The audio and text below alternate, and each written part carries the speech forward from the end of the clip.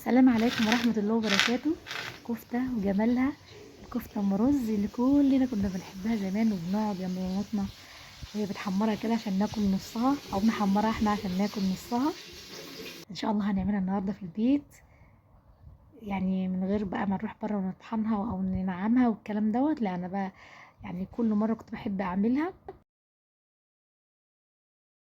كنت كل مرة لما بعملها كان الرز بصراحة ما كنتش بيطحن معايا وكان بيضايقني جدا، لاني طبعا كنت يعني متجوزة في مكان ما ينفعش اني انا اخرج وافرم الكفته والكلام ده، فلازم انا اعملها في البيت. ففضلت صراحه يعني ورا الرز دوت لحد ما غلبني، والحمد لله اخيرا عرفت ازاي اطحنه.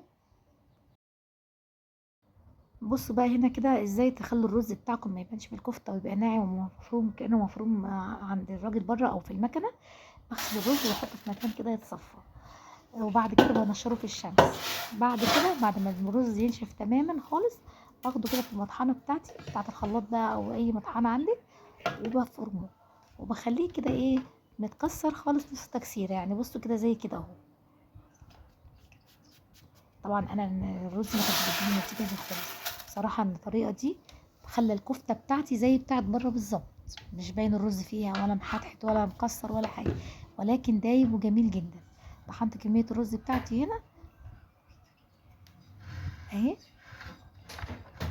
وهطلع بقى اللحمه هجيبها وافرمها. انا برضو عندي ايه حوالي نص كيلو لحمه حوشيهم اهم وهفرمهم. فرمتهم انا فرمه اولانيه هنا، يعني اللحمه دي انا فرماها في البيت برضو، مش فرماها بره ولا حاجه. تمام. وجبت بقى عندي بصلايه كبيره، وجبت الخضار بتاعي، وجبت بصلايه، وجبت كمان كام فص ايه توم عشان نفرمهم مع بعض. حطيت اللحمه الاول، وهنا اهو زي ما انتم شايفين كده بصلايه متقطعه، وهنا ايه حوالي كام فص توم، وده الخضار بتاعي الموجود عندك بقى شبت وبقدونس وكزبره. واحط ايه في الكبه كده الخضار بتاعي، وبعد كده هنزل بقى ايه احط اللحمه والرز والبصل وكمان توم والرز ايه المطحون اهو. الطريقه دي في الرز بتسهل عليا جدا ان هو ايه يندمج مع اللحمه ويتفرموا مع بعض ويختلطوا. لما تيجي تحمريه او تيجي تسويه بقى ما بقاش ايه الرز محدد او محدد زي زمان. حطيت كل المكونات بتاعتي هنا بقى كده وايه وافركه. بصوا كده برضو لسه يعني تخلي بالك توقفي بين كل شويه وشويه عشان الكبه بتاعتك ايه ما تبصش، وتقلبي وتساعديها. ولو كانت يعني صغيره ما تحطيش ايه كل المكونات، تقسمي نصهم يعني فاهماني، يعني بحيث ان ايه تنجزي وفي نفس الوقت الكبه بتاعتك ايه ما تبصش من كتر الضرب لحد ما توصل هنا كده. بصوا ايه ما شاء الله كده خلاص. كده ما شاء الله بقى الكفته بتاعتي متماسكه، مش محتاجه اصلا تقعد في التلاجة ولا حاجه. بقى هفضيها وهنصبعها مع بعض وهوريكم هنعملها ازاي. الطريقه دي جميله جدا طبعا. بصوا بقى احنا ولادي برضه طالعين بيحبوا الكفته ام رز، وكل اللي يعني بصراحه الولاد اللي في البيت بيحبوا. افضي هنا بقى كل الكميه ما شاء الله. يعني ده نص كيلو لحمه على نص كيلو رز، يعني عملوا معانا حوالي كيلو كفته ما شاء الله. يعني يمكن كيلو كمان علشان الايه الخضار والبصل والثوم، بس يعني اهو نقول كيلو. الكفته ام رز طبعا دي جميله واصلها ايه مصري، والناس اللي بيحبوا الكفته دول لازم طبعا تكون لحمه تكون جملي. لو مش موجود جملي دي كانت لحمه بقري الصراحه، انا عملتها لهم بلحمه بقري بس طعمها جميل وطلعت برضو ايه حلوه زي الجملي واكتر يعني ما شاء الله. بس كده جبت بقى الطبق وحطيت شويه زيت باللي ايدي زيت، واصبع ايه الكفته بتاعتي.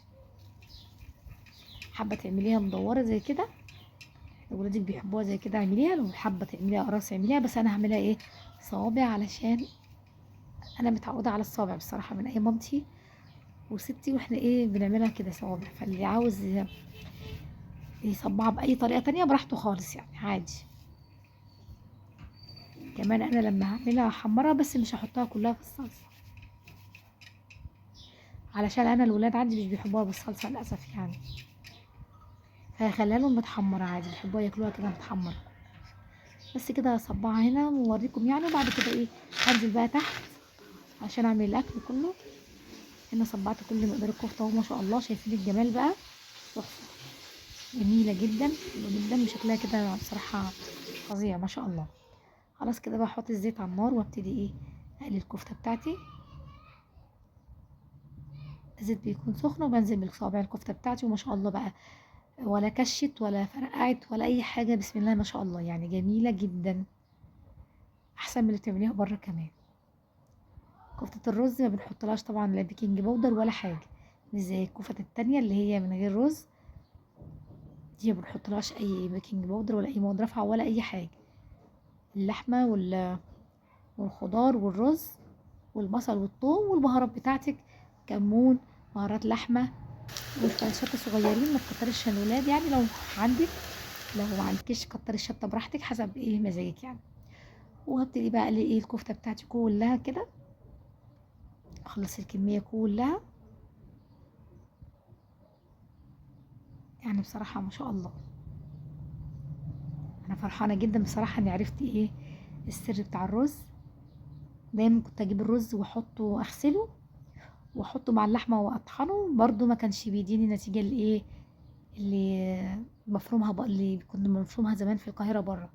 صراحة لما جربت الطريقة ديت بقى عجبتني، اقرب الطعم كان اقرب لايه للكفتة بتاعت زمان، بصراحة فظيعة يعني.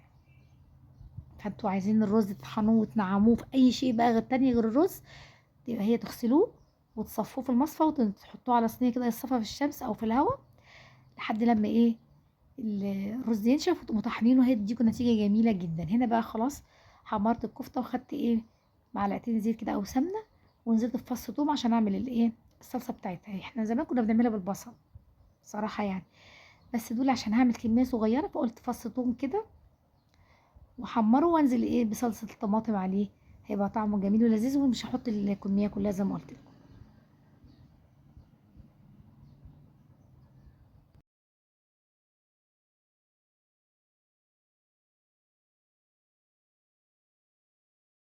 اول ما التومة كده تصفر معايا هنزل بايه بعصير الطماطم، واقلب واسيبها ايه تتسبك، عشان لما تتسبك هحط ايه كمية من الكفتة هحطها في الصلصة، والكمية التانية هخليها ايه من غير صلصة. طبعا الكفتة بيتعمل جنبها رز، ده فلفل اسود. الكفتة زي ما قلت لكم بتعمل ايه جنبها رز، وفي ناس بتعمل مكرونة، بس هو الأغلبية بتعمل رز أبيض أو رز بشعرية. بعد ما بتتسبك بقى بعد كده هنزل ايه بكمية صغيرة من الكفتة كده في الصلصة، وما شاء الله برضو لما حطيتها على فكرة في الصلصة ما فكتش ولا دابت ولا باشت ولا أي حاجة، طلعت بسم الله ما شاء الله جميلة يعني. بعد كده بزودها بشوية شوربة واخليها حوالي 5 دقايق بس في الصلصة، وبعد كده بطفي عليها خلاص.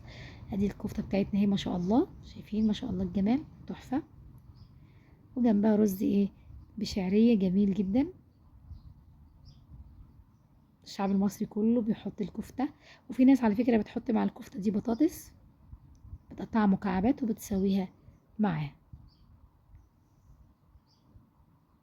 ودي كانت طريقة الكفتة الجميلة اللذيذة، اتمنى تجربوها ويا رب تعجبكم. الكفتة ام رز من غير ما تروحي بره وتطحنيها. والسلام عليكم ورحمة الله وبركاته.